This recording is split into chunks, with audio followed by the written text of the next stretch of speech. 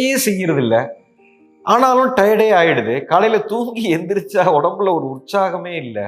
Whole day இப்படித்தான் இருக்குது.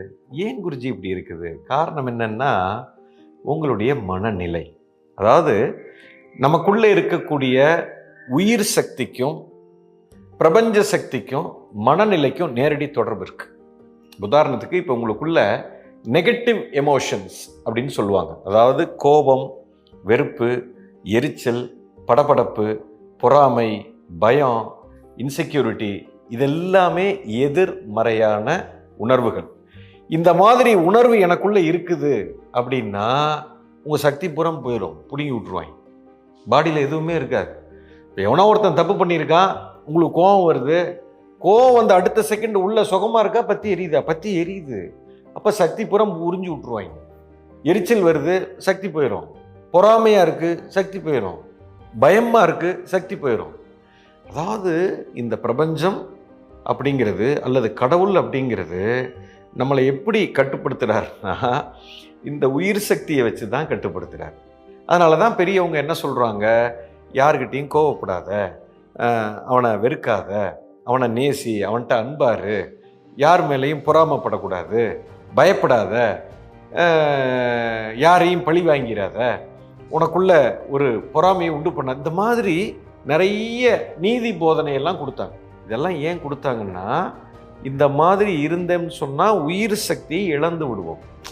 அதாவது நீ கோபப்பட்டதுனால உனக்கு தண்டனை இல்லை, நீ அவன் மேலே வெறுப்பு வந்தால் உனக்கு தண்டனை கிடைக்கும். நீ அவன் மேலே பொறாமப்பட்டா கடவுள் உனக்கு தண்டிப்பார், அப்படிலாம் கிடையாது. கோபமே தண்டனை தான், வெறுப்பே தண்டனை தான், பொறாமையே தண்டனை தான். தண்டனைனா என்ன? உயிரை பிடுங்குவாங்க, அவ்வளோதான். உயிர் சக்தியை பிடுங்கிடும். நீங்கள் கோபம், வெறுப்பு, எரிச்சல், படபடப்பு, பொறாமை இதெல்லாம் இருக்கிற அன்னைக்கு பாருங்கள், உடம்பு டயர்டாயிரும், வேலையே செய்ய முடியாது. ஆனால் சந்தோஷமாக ஆனந்தமாக இருக்கிற அன்னைக்கு பாருங்கள், என்னைக்காவது ஒரு நாள் ரொம்ப ஆனந்தமாக இருக்கீங்க, சந்தோஷமாக இருக்கீங்க, அன்றைக்கி டயர்டே ஆக மாட்டீங்க சார். நீங்கள் சாப்பிட்ற சாப்பாட்டுனாலையோ தூக்கத்தினால மட்டுமே சக்தி உள்ளே வரல, நம்மளுடைய ஆட்டிடியூடுனால சக்தி மேலே போகுது. தப்பாக போச்சுன்னா சக்தி கீழே போகும். இன்ஃபேக்ட் நைட்டு படுத்து காலையில் தூங்கி உங்களுக்கு இவ்வளோ சக்தியை நீங்கள் சேமித்து வச்சுருக்கீங்க. தண்ணி டேங்கில் தண்ணி 10,000 லிட்டர் இருக்குது.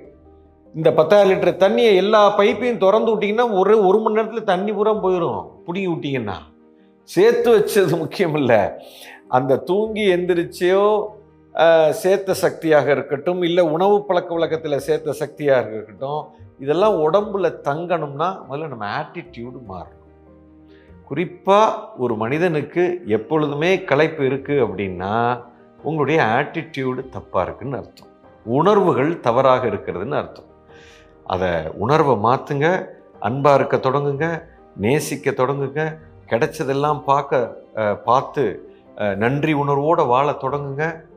இப்போது உங்களுக்குள்ள சக்தி இருந்துக்கிட்டே இருக்கும், குறையவே குறையாது. என்றைக்குமே உங்கள் உயிர் சக்தியை எப்போ நல்ல உயர்ந்தி நல்ல மேலோங்கி வச்சுருக்கீங்களோ இப்போ தான் ஆரோக்கியமாக இருப்பீர்கள். இதுதான் ரகசியம். டயர்டாகிறதுக்கு காரணம்